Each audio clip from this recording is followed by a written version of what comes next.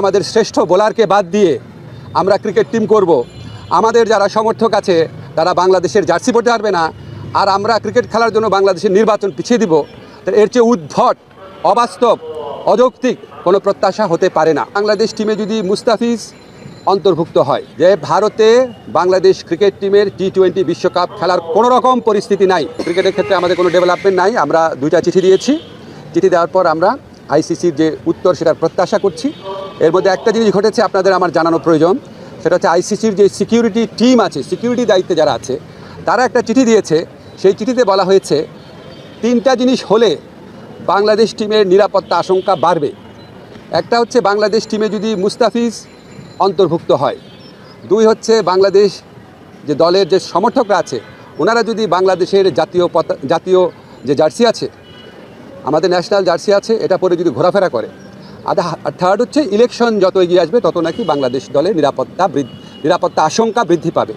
তো ICC security টিমের এই বক্তব্য সন্দেহাতীতভাবে প্রমাণ করেছে যে ভারতে বাংলাদেশ ক্রিকেট টিমের টি-20 বিশ্বকাপ খেলার কোনো রকম পরিস্থিতি নাই। আইসিসি যদি আশা করে আমরা আমাদের শ্রেষ্ঠ বোলারকে বাদ দিয়ে আমরা ক্রিকেট টিম করব, আমাদের যারা সমর্থক আছে তারা বাংলাদেশের জার্সি পরতে পারবে না, আর আমরা ক্রিকেট খেলার জন্য বাংলাদেশের নির্বাচন পিছিয়ে দিব, এর চেয়ে উদ্ভট, অবাস্তব, অযৌক্তিক কোনো প্রত্যাশা হতে পারে না। আমরা মনে করি ভারতে যে উগ্র সাম্প্রদায়িক পরিস্থিতি বিরাজ করছে এবং বাংলাদেশ বিদ্বেষী যে পরিবেশ বিরাজ করছে, বিশেষ করে গত 16 মাস ধরে বাংলাদেশ বিদ্বেষী যে অব্যাহত ক্যাম্পেইন চলেছে, এটার প্রেক্ষিতে বাংলাদেশের পক্ষে ভারতে ক্রিকেট খেলা অসম্ভব ব্যাপারে পরিণত হয়েছে। মুস্তাফিজের পর্ব এবং এরপরে আপনাদের যে চিঠির কথা বললাম সেটার মাধ্যমে এটা সন্দেহাতীতভাবে প্রমাণিত হয়েছে। আমরা মনে করি ক্রিকেট খেলার উপর কারো কোনো মনোপলি থাকা উচিত না। বাজার ব্যবস্থাপনার ভিত্তিতে একটা খেলার সম্পূর্ণ বা একটা টুর্নামেন্টের ভাগ্য নির্ধারিত হতে পারে না। আইসিসি যদি সত্যি গ্লোবাল অর্গানাইজেশন হয়ে থাকে, আর আইসিসি যদি ভারতের কথায় উঠে আর না বসে, তাহলে অবশ্যই আমাদের টি-20 বিশ্বকাপে খেলার সুযোগ শ্রীলঙ্কাতে দেওয়া উচিত। এই প্রশ্নে আমরা কোনো রকম নতি স্বীকার করব না। 2টা ভেন্যু তো ইন্ডিয়াতে, আর জিজ্ঞেস করছেন কেন? আমি তো বললাম ইন্ডিয়া মানে তো ইন্ডিয়াই। ইন্ডিয়াতে কি আপনি মানে আমরা ইন্ডিয়ার কথা বলছি, আমরা তো কলকাতা বলি নাই।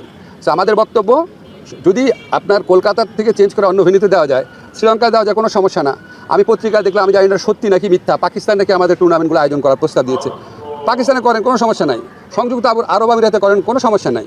কিন্তু যেখানে আমাদের দলের একটা প্লেয়ারকে খেলার পরিবেশ নাই, এই উগ্র সাম্প্রদায়িক শক্তির কাছে মাথা নত করে ভারতের জাতীয় ক্রিকেট বোর্ড, ন্যাশনাল একটা অথরিটি, তারা যখন বলে তাকে এখানে খেলানো না হোক, এর চেয়ে বড় প্রমাণ আর কি আছে আইসিসির সামনে? বুঝলাম না।